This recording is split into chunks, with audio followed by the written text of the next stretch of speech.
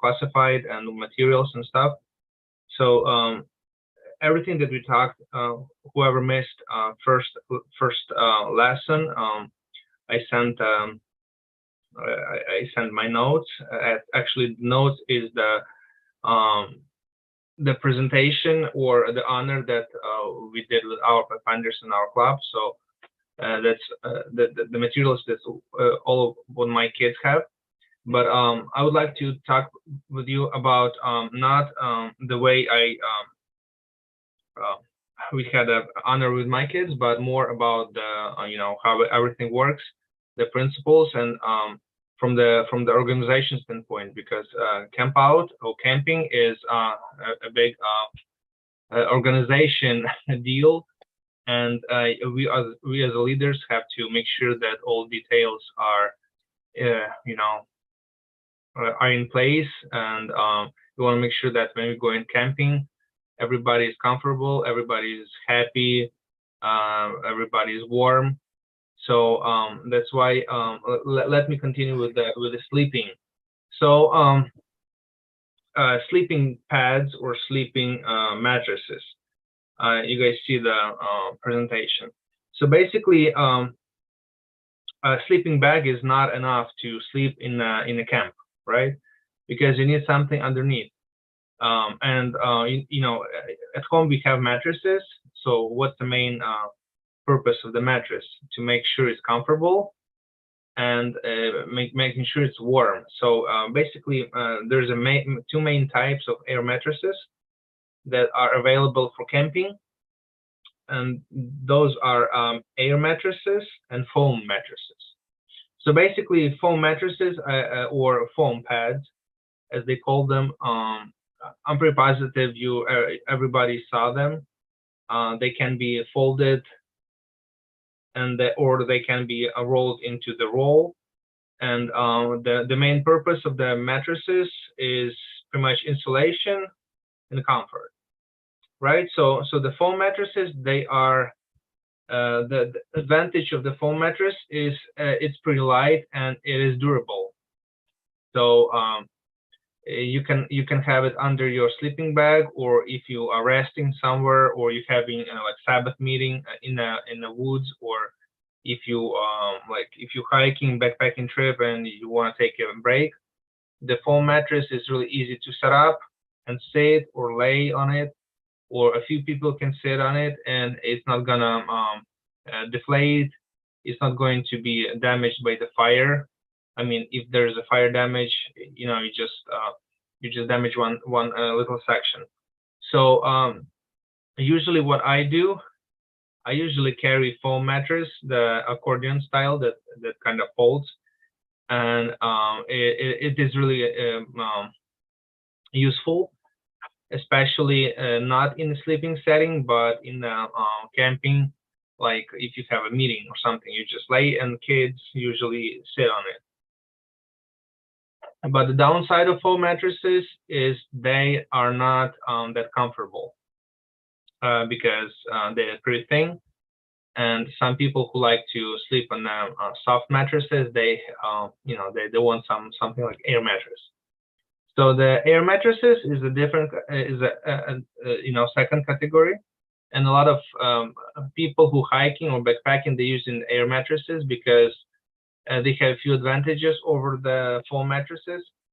The big advantage is the comfort because you're sleeping on an air cushion, and it's more like a home-like feel. The main downside is they are more expensive. The good quality air mattress is about $100 and more, and you have to be careful with them because if you poke it, or if you have fire nearby, and a spark from the fire lands on your mattress, it can be damaged.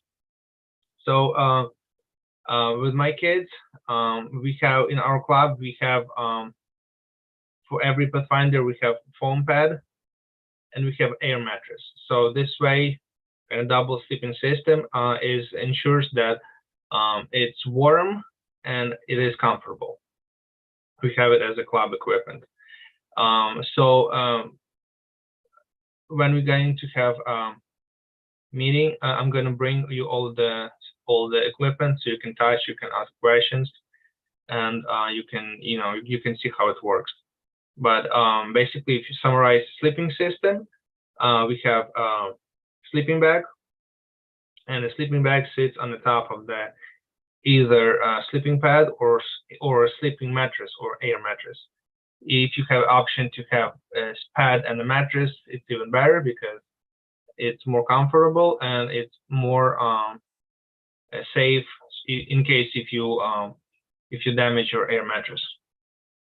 Okay, yeah, if you have any questions, just let me know. I'm trying to be really quick because we have a lot of cover. We're trying to finish up today.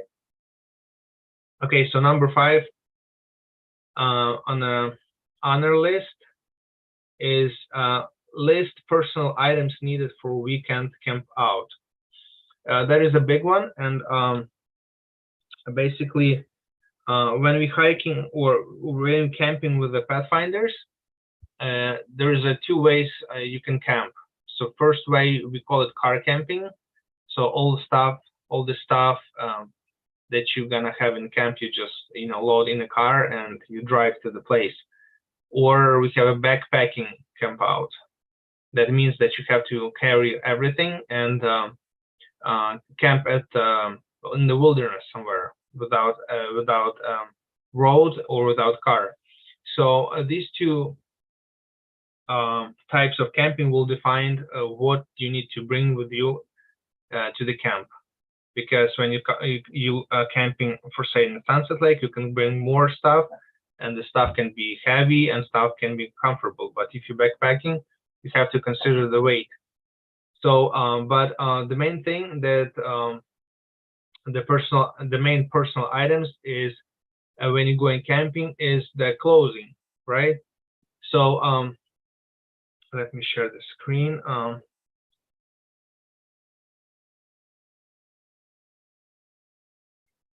Let me see. Share.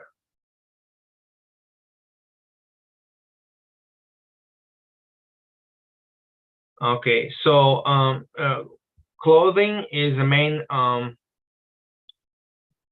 thing that makes camp good or bad. Because if kids go into the camp and they are cold, they're gonna feel miserable. So clothing is a big part of the camping because I will explain. When we go into camping, we would like to have a good experience, right? And that good experience can be ruined by the rain or cold weather or something else. And a good clothing that you guys prepare has to cover all the bases. So you as the leaders have to make sure that the forecast is clear, so you can see if you have nice weather or if you're gonna have cold nights, and you have to prepare accordingly. The sleeping, the clothing system is, if you heard, the best way to describe how to wear clothes is layering system. So remember to dress in layers. So what is a layer? Basically, when you're going to camping, you don't bring with yourself clothing for rain, clothing for cold weather, clothing for for the warm weather. You bring layers of clothing. So what does it mean? You start with let's have an example. We're going to the Sunset Lake, right? And the forecast, like say 60 degrees at night and 80 degrees at day. So how do you wear clothing? So we have a base layer, right? So base layer is something that is thermal, that is made with wool or synthetic. And if you are getting cold, you just you don't remove your base layer, you just put another layer on top of it, like fleece or mid layer. And if it's getting cold, really cold, you have a top layer, you have a jacket, or you have something warm. So basically, you have 3 layers, like onion system. If you're if the weather improves or temperature goes up, you just remove layer one by one, and basically you can stay in the base layer as soon as the weather stays warm. So this way, if you're using the layer closing system, you are saving a lot of space in your backpack, and you're saving a lot of well, it's well organized. One thing to remember when we're going to camp, a lot of kids, they're trying to be really fancy. They're trying to be, especially girls. They want to have, one cloth for morning, and something else for the day, and something nice for the evening. That's good, but it creates a lot of weight and a lot of unnecessary items. So my philosophy, and what I teach my kids, that the clothes that you wear at camp has to be comfortable and has to be practical. It's not supposed to be fancy, but it has to be practical, and especially when you're backpacking, because everything is a weight. So basically, I'm sending you the list. I'm not gonna go over the everything. I shared the file last time, and I'm gonna share it today, and you can Yeah, see. literally, I see Steve has raised his hand. Maybe he wants to ask a question or something. You can attend to that. Okay. Yeah. Go ahead. Yeah, you can interrupt me because it's kind of hard for me to see. Yeah, Tiffany, did you want to speak? I see your hand is up. Sorry, that was a mistake. All right, okay. I didn't. No problem. Thank you. Yeah, thank you. Mm-hmm. Yeah, if you have anything, just interrupt me so we can do answers right away. So one thing to remember: don't use a cotton cloth. It's a big mistake when somebody comes to the camping and with the cotton.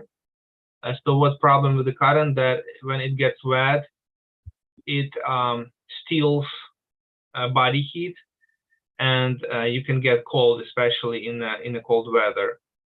And it dries really slow, and you can lose a lot of warmth. The synthetic clothes or wool is a preferred material. It dries quickly, and even if it's wet, like in case of the rain or in case of somebody sweats really, really bad, it still stays warm. So make sure when you're going, especially to the backpacking camping, and tell your kids, do not use cotton, right? Especially, everybody likes cotton t-shirts, or do not use cotton, synthetic or wool only, because cotton is not good material for keeping you warm. Okay, so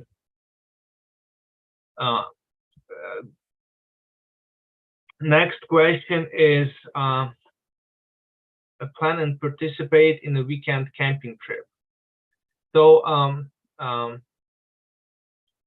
we as the leaders, we are we have I'm not sure how every club operates, but like in our club, when we're going out, we just have a little Zoom meeting, or with our leaders, and we are we are planning our trip or a camp out or something else, and we're trying to answer a few questions. So what is the reason? What is the purpose? And what is the goal, right? Because we're not going to camping just because of it, but we're trying to teach some kids to do some honor, or to see something cool, or to satisfy the requirements for something, or like for class or honor. So that's why before going to camp out, a lot of planning involved, and we kind of talked about this last lesson. But kids have to understand that camping is a it's a big deal, because a lot of the aspects has to be planned, like equipment, food, fuel, how to get to the camp, what to do in case of emergency, the communication, how many tents do we need, what kind of weather will be, is the gear that we have in a good order or not.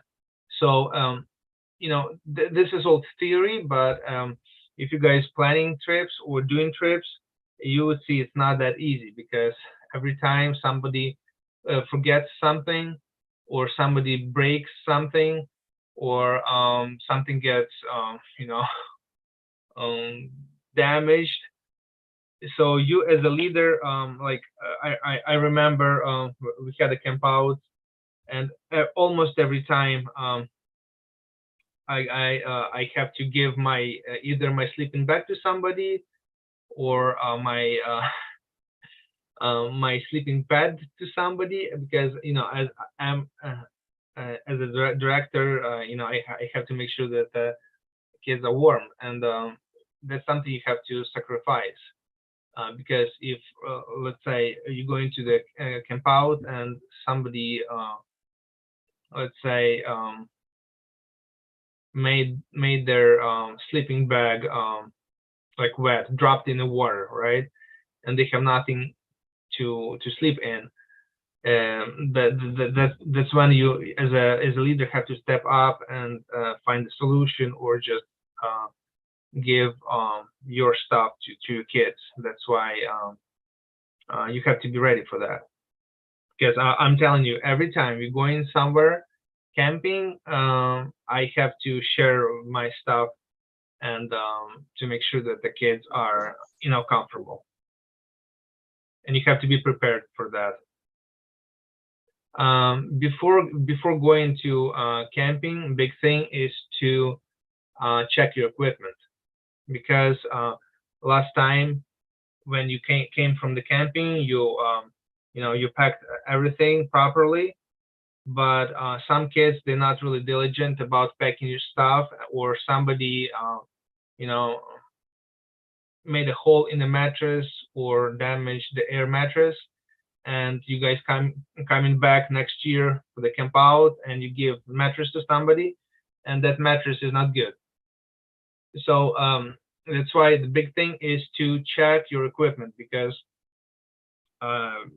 really often it gets damaged in the transportation, or we had the instance that the rodent did the damage to the mattress, and that's why you have to make sure that everything works before you're going out. The same with the fuel. Make sure that the fuel canisters are full, or have enough gas. You have to make sure that the water filters are good. You have to make sure that communication with the civilization, like if you're going backpacking, if there's a satellite phone, or if you communicate with the groups with the radio, you make sure that batteries are good, or they hold the charge, and stuff like that. So everything preparation for camp is a responsibility of the leader, and we as the leaders have to take care of that, because honestly, kids are not that great at preparation. They're really happy to go out, but as soon as they come to the camp, they found that something is missing, or damaged, or torn, or has to be fixed. And kids, they're not really good at keeping the stuff keeping stuff checked before. So you have to make sure that you have good equipment, or if you guys car camping, you have something spare, like spare sleeping bag, or spare mattress, or spare gas canister. So in case if somebody has a bad mattress, you just give them another one. So that's something to remember.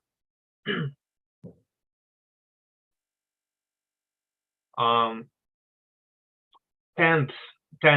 So number 7, question number 7 is know how to properly pitch and strike a tent. Observe fire precautions when tent is in use. So in Washington, usually if you're camping in established campgrounds, there's campsites are available, right? So you don't go to the forest and put your tent anywhere you want. In Washington, there's always established campgrounds, or if you're camping at the private camps or in the state parks or at the national parks, there's always campsites are available, and in many places it's prohibited to camp or put a tent, not in an established campsite. So it kind of solves the problem because you don't have to look for the place. The place is there. You just have to make sure that it's reserved and it's ready for your group or ready for you. But few precautions about where to put a tent is you have to make sure that it's not under the big trees that are old. That's a big thing because and usually like state or private parks, they're pretty good at it. If they have hazard trees with dry branches, they remove trees or they close the campsite. Because what happens that if you put your tent under the tree that has dry branches, when the wind hits, those branches can land on your tent, right, and can injure or even you may get killed by the trees. So when you're going out, make sure that your tent is not in the area where something above can fall down. Another thing is if you are camping and are having a campfire, you have to make sure that the campfire is ways away from the tents, because the modern tents, they are made from the synthetic materials, and those synthetic materials they burn really fast, and even small spark or small charcoal can get a big hole in the tent or in the cover or in the mattress. So to make sure that all your equipment is proper, in a good condition, keep it away from the fire. Basically, that's the main things you have to remember, that if the wind is high, you have to put extra stakes at your tent, because we had an instance when we were camping and we left camp for the hike during the day and came back, and it was pretty windy that day, and our tents were they were not flying around, but they were almost to the point that they can be flown away by the wind, especially if you're camping somewhere in the mountains.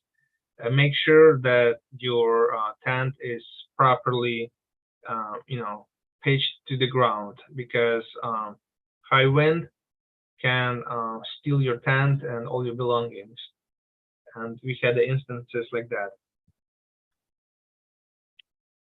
Okay, so there's a lot of reading, you can go through it. That's basically all the common sense stuff, that how to set up a tent, and I'm pretty sure everybody set up a tent before. So I want to show you a few slides about types of tents. So you can see main types, and usually tents are divided into few groups, either by the number of people or by the seasons. So usually in Washington, we use three season tents. that usually have a frame, they have cover, and they have the rain fly or cover in case of the rain. I'm pretty positive you've seen all the tents, you've used all of them, and a lot of tents have a mesh on the top of them to, in case of the hot weather, you don't need the rain fly, you just have a mesh on the top, and it protects you from the bugs. Some people love to have, instead of tent, to have BY. It's like, you can see it in the picture. It's kind of, but it's more for solo camping. If you, if your kids, for example, if your kids are in a tent and you have, you need a tent for yourself, a good option is a BY. It's a small tent, but it's kind of pretty exposed, and it's more like a cover for your sleeping bag, but it's kind of cool. If we are going to car camping, for example, Sunset Lake, we just use wherever you can get at Costco or Amazon. It doesn't matter how heavy it is, because you bring it in the car. One thing that to remember, that if you come into the camp and the wet weather is expected, like this year at the Sunset Lake, you remember the rain, right? And it was pretty interesting to see how everybody were protecting their stuff from the rain. So somebody had the tarps on the bottom, somebody had the tarps on the top, somebody had those canopies over their tents, and but I still spoke with a lot of people, and they were still getting wet. And why is that? Because the regular tents that are you buying at Walmart or Costco, they are not really waterproof. They're good for average use, but if you have rain for 3 days in a row, those tents are usually leak. And the same happened with us. We had good tents, but people, kids running around, they are coming wet, and our tents were getting wet. So one thing is to remember that if you're using tarps, you've seen a lot of people using tarps. Some people put tarps on the bottom of the tent. Somebody put tarps on the top of the tent. A tarp is a good idea, but you have to make sure that when you have a tarp under your tent, it can condensate, and it can hold water. So what do I mean? That if the water from the tent itself drifts to the ground, it goes straight to the ground. But if you have a tarp underneath, this tarp creates a water barrier between tent and the ground. So sometimes if you're not using your tarps properly, you can do more.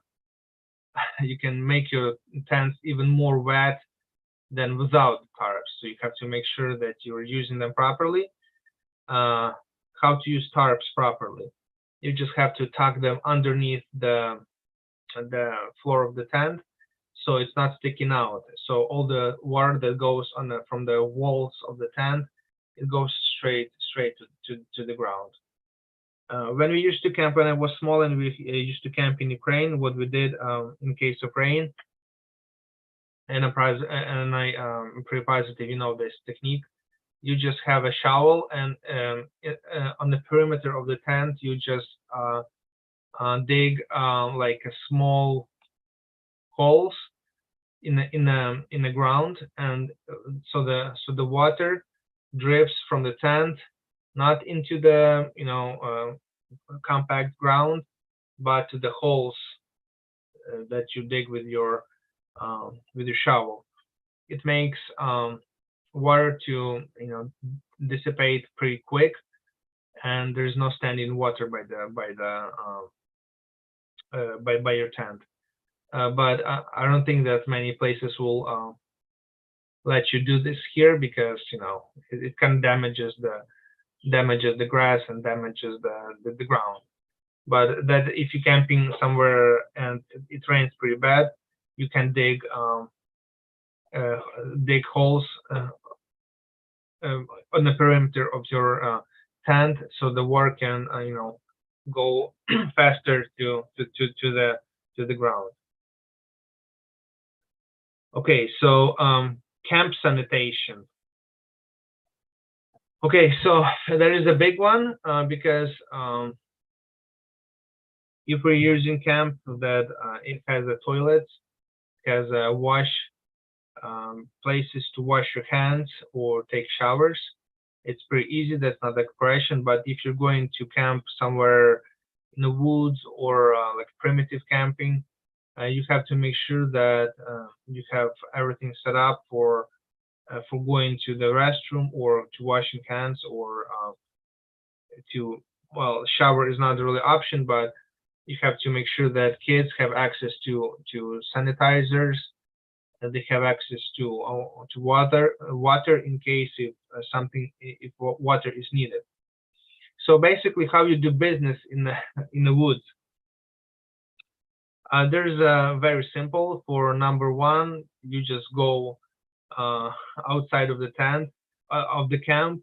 What we usually do when we establish our camps, we just decide, okay, so all the boys go to the left, all the girls going to the right, and everybody's happy, right? So if somebody needs to do their business, they just know where to go. And for number one, you just have to go like at least 100 feet from the 100 yards from the camping site, and everybody will be happy. There won't be a smell or anything like that. Make sure there's no water source or stream or river. So go away from the trails, away from the campsite, away from the bodies of water. Okay. So basically, you have to do number two. In the woods, you have to dig a cat hole, like 3, 4, 5 inches deep, depending on the ground. Do your business there and cover everything with the ground, and everybody will be happy. There won't be no smell, no bugs, anything like that. But you have to make sure that it has enough of depth and it's away from the water as well. So what we did, like last year, we did a wilderness camping trip for 3 days, 2 nights. I just had little shovels, or they call them trowels, or it's a small shovel that is good for digging small holes. We just had I just gave a couple of trowels to the boys and a couple of trowels to the girls, or one per tent. Doesn't matter how you divide it, but they have to have those little shovels or trowels. And we had no issues with people going to the restroom in the woods. They just have to understand that if toilet paper is used, it has to be covered, or basically, according to the rules, you have to carry everything, even the toilet paper, back to the trailhead or civilization. But toilet paper, if it's under the ground, it's going to dissolve pretty quick and no issues. Some girls are using wipes, and those wipes are not they're not disposable, and they're not gonna be dissolved in the ground. So something that is not compostable, you have to carry as a trash out of the woods, and because you cannot leave it there, because it's not gonna be destroyed by the nature. Okay, regarding the hand wash, just use a regular soap or camping soap. Camping soap is a special soap that it doesn't leave any residue. So if usually we're camping by the streams, so you're just using your water from the stream, and you wash your hands and using the soap, so that is not the issue. Showering. Basically, if you taking your kids to the backpacking trip, the shower is not really an option because there's no shower there. But you can buy like portable showers, like little bags, and put the water on top of them and shower yourself. But the best option really is the wet wipes. You just bring a few wet wipes with you and wipe yourself, so keep odor or sweat away. And the wet wipes, they usually good for a day or two, and so there's no need for shower. When you have a kitchen in a camping site, make sure that you have water for food and water to clean the dishes. Like for say, if you have in car camping, what we usually do, we just have three different pans. So at the first pan, we usually put some detergent, and kids, they wash their pots or their cups in there, and then just rinse it, and this way you can keep all the camping camping kitchen clean and organized. Some clubs, you've probably seen that they have separate bags for every Pathfinder, and every Pathfinder has its own utensils set up separately, and it's kind of cool as well. And those bags are belonging to Pathfinders, and everybody knows where's their cup or dish or fork or spoon. That's a good idea as well. But if you're camping somewhere in the wilderness, a good option is to have a bigger pot to bring water from the stream, and then have everybody to wash their dishes in a bigger pot, and then rinse it again. So that is something that remember that the sanitation is has to be followed, because the disease is spread really fast. So if somebody is using toilet, they didn't wash their hands, they can get sick really, really fast. So make sure that in the woods, people wash their hands all the time before food, before touching anything that they eat. They have to wash their hands, because woods is a great place to get sick if you're not following the precautions. Okay, because even kids, they touching rocks, they touching sticks, they touching some organic matter, and when they eat, the bacteria can get into the Pathfinders and make them sick. So make sure that they wash hands properly or sanitize hands before they eat. It's really important. You don't want to ruin your camping trip by somebody getting sick and getting diarrhea in the woods. It's miserable experience. Any questions about sanitation before we go on?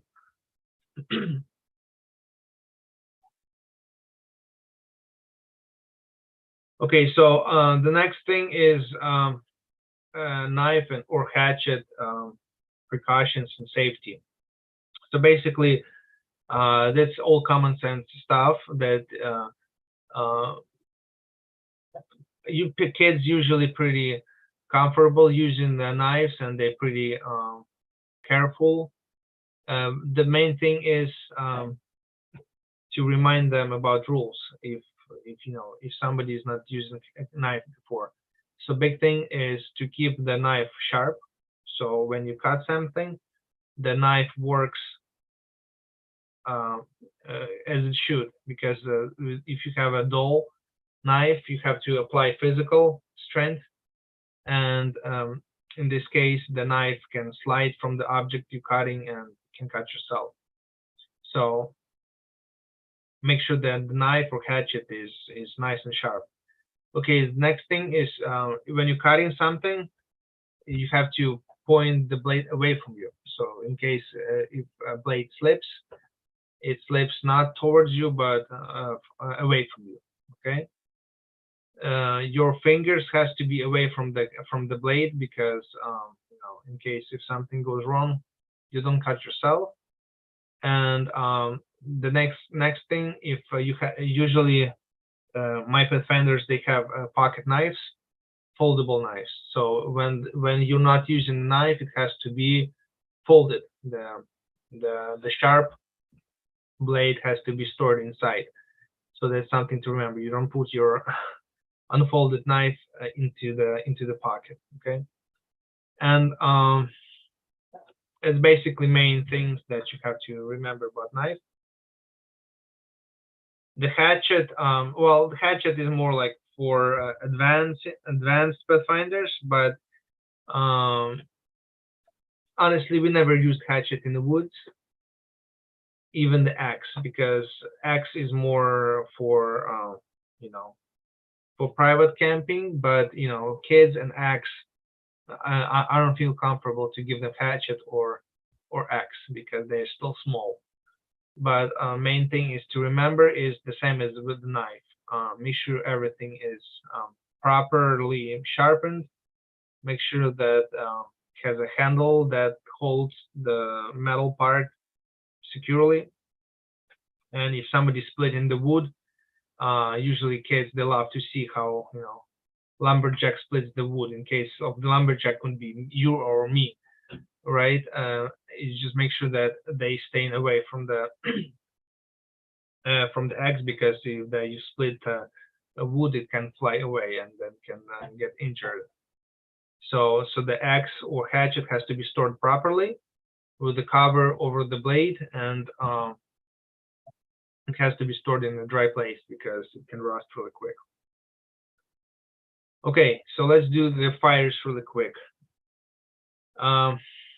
Fires is a big part of the camping, because you got that's the first thing when you try to talk with your kids. Well, let's go to the camp and have some fire, right? But unfortunately, in Washington, fire is sometimes difficult part to establish, because in a lot of places, even right now, when you go into the backpacking trip, the open fires are prohibited because of the dry season, because of the wood is limited, or if government wants to nature stay the way it is, right? So nobody cuts trees for fire. So that's why fires are the good fires can be had in places like Sunset Lake, or private campgrounds or state campgrounds. But on the backpacking trips, usually instead of fire, you have to carry your oven and gas to prepare food. But if you're talking about fires in general, let's say for Sunset Lake or Capca Lake, the main rules about fires. So basically, you don't put your fire really close to the. Okay, just a second, I have to answer the phone. Just a second. Алло? Да, Юра, ви їдете до мене вже? Саме їдете?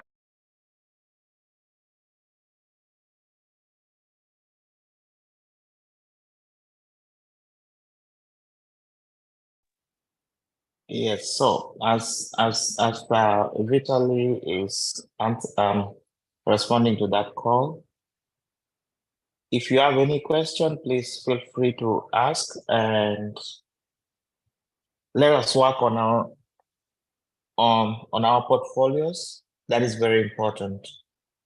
So portfolios, we have so many questions about the classes that were going on. So make sure you get in touch on that and answer those questions. For those who joined and don't know where we are, don't worry. I have your email address. If I don't have it, just send it to me, and then I will send you all the assignments and all the classes that we have done. And also, you can also go to YouTube and then watch the pre-recorded classes. All right, thank you. Vitaly, back to you. Please unmute. Yes. Unmute So yourself. sorry. Yeah, I had to take this call really quick. Sorry for that. Okay, so basically with the fires,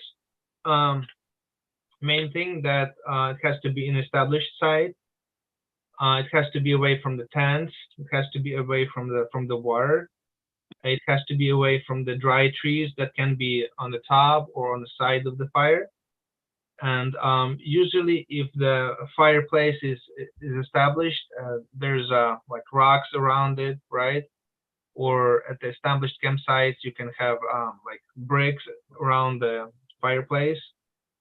So if you go into the woods in Washington, you can in some places actually you can have fires, but you have to make sure that it's not windy outside, because if not following the directions properly or precautions, you can make a big issue with with wildfires.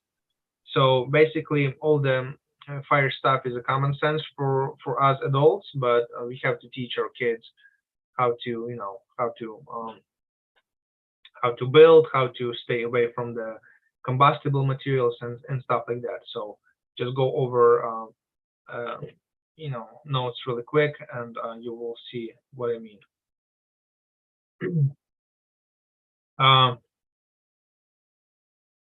There's a requirement practice building a fire with the use of one match.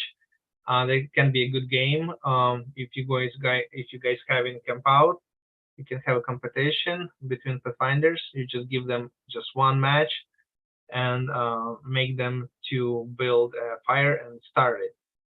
And usually everybody fails at this task because they're not preparing enough kindle or enough dry material to start the fire. So it can be good competition to start the fire with one match.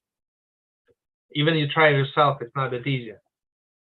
Okay, so next thing is how to protect firewood in the wet weather. So if you are camping somewhere where if the fire is allowed and the rain rolls in, you have to protect your firewood. And the better thing is to protect it with a tarp, with a plastic, or with branches. So keep away of it from the open space, and cover your firewood with either tarp, plastic, or something else, and you'll be good. Okay, make bread on a stick. So camping and the food is really interconnected things.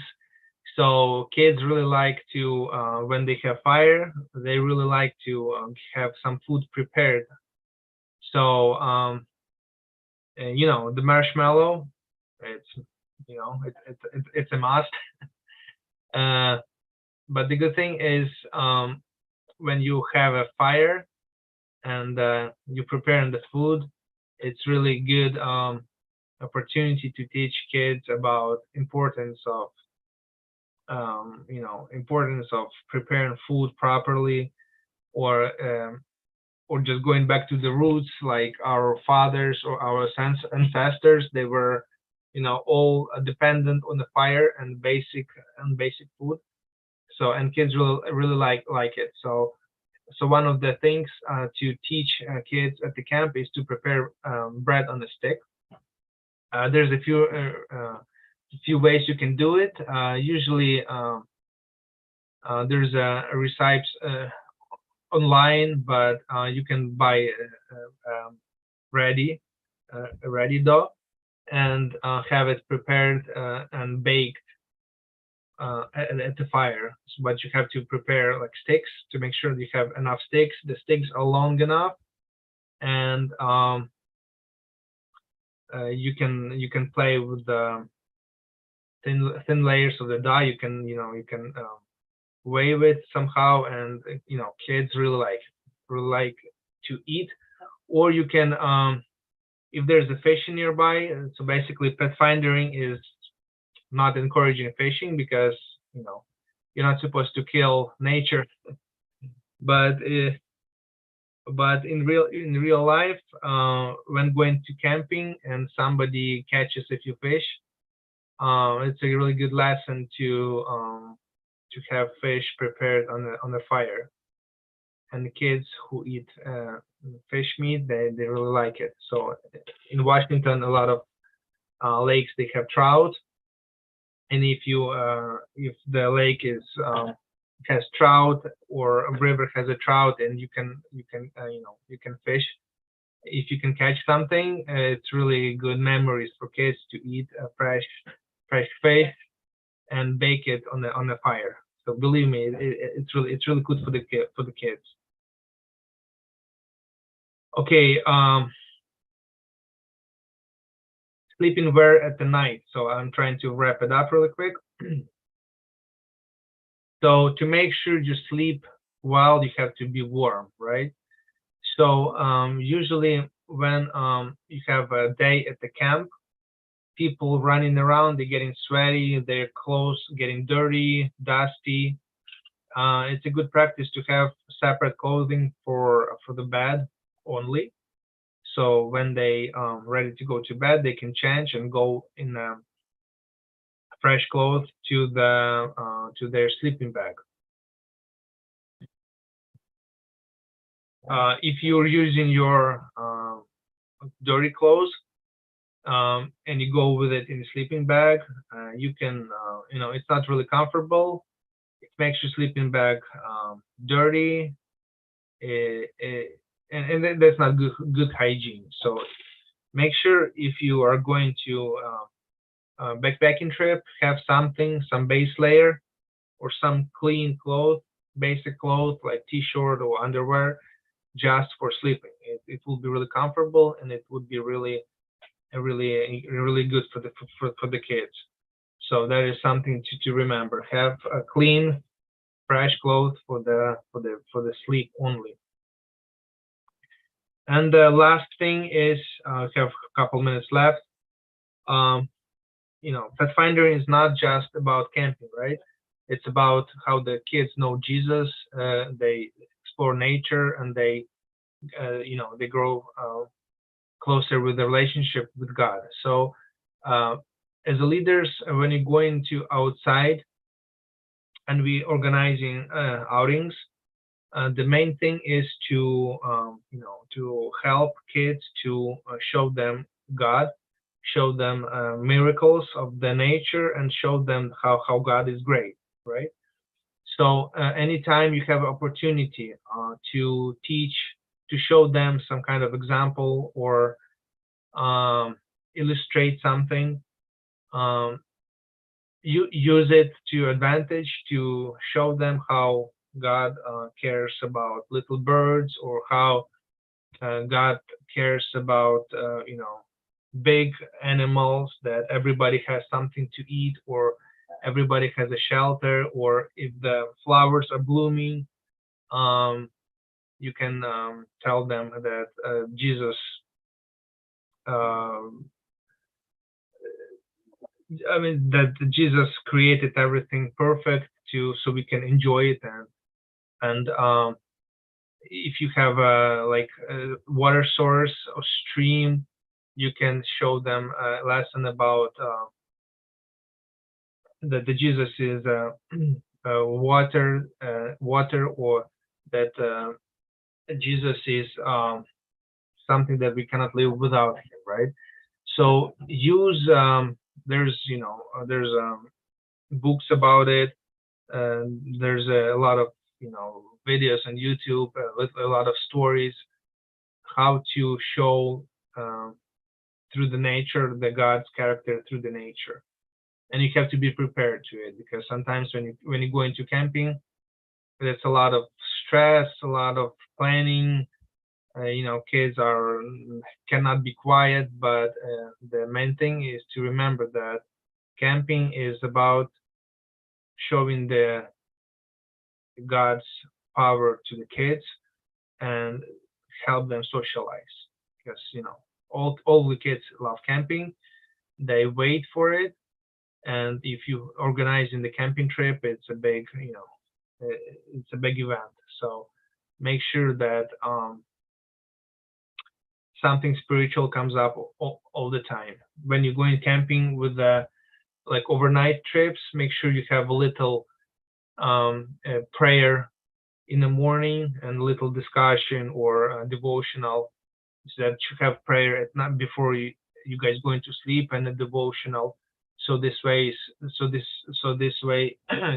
pathfinders, they associate camping not with only with the sleeping in the tents, but they associate it with a little worship or little discussion or little devotional. Okay, so that's the main thing to remember.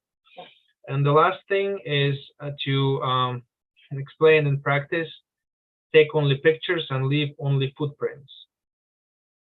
So basically, we talked about this first last week about about rules in the wilderness, that we do not leave anything in the wilderness or woods, and we do not take anything from it. So make sure that children follow it. If there's any trash, it has to be picked up and brought back to the trailhead. If there's a trail, make sure that the kids are staying on the trail because grass or flowers can get damaged really easy. If there's like some nice feature or nice logs laying around and kids want to break them down or destroy them or show how they're strong and break them, just try to calm them because if that log has been there for 30, 40 years, let it just be there. Don't destroy anything because there might be like a bird's nest under it, or there might be like ant colony. So do not let kids break anything or destroy anything in the wood. The same with the streams, the same with the trees, because kids, they love to break stuff to show how strong are they, but try to calm them, make sure that nothing gets destroyed, broken, damaged. Even if it's an old tree, just leave it is as it is. Okay. So at the end of this list, you can see it on the screen. I'm gonna send it again. There is a checklist that works for me, for my club, and this checklist is a good list for if you go into the backpacking trip or even camping, regular camping. So I never rely on my memory when preparing because you always forget something. Believe me, you always forget something. So just have a list or make your own and give it to your kids so they can get everything ready and check, right? Because the last thing you want to go into the woods and forget gloves when it's cold, right? Or forget bug repellent when it's bugs outside. So do not rely on your memory, just use a checklist and you'll be good, because camping is all about fun, all about experience, not about misery when you're cold or when you're ill or when you don't have nothing to eat. Yeah, so as I said before, I'm trying to wrap it up. Camping is art, right? It's kind of hard to explain everything in 2 days in a classroom. It's something that people, learn years by years by years. I've been camping for many years, and I always develop something new for myself, using new stuff and trying new things. So camping is a really big part of the Pathfinder life, and you as the leaders have to make sure that camping is fun, memorable, and makes kids closer to each other, closer to God. Okay. So I think that I'm done. I'm gonna send this file again. So just go over it. You can use this list as a checklist for you or for your clubs. You can modify it in any way you want. And I really hope you guys can camp and make great memories. If you have any questions, you can ask, or personally, or right now in a group. I will be ready to. I'm happy to answer.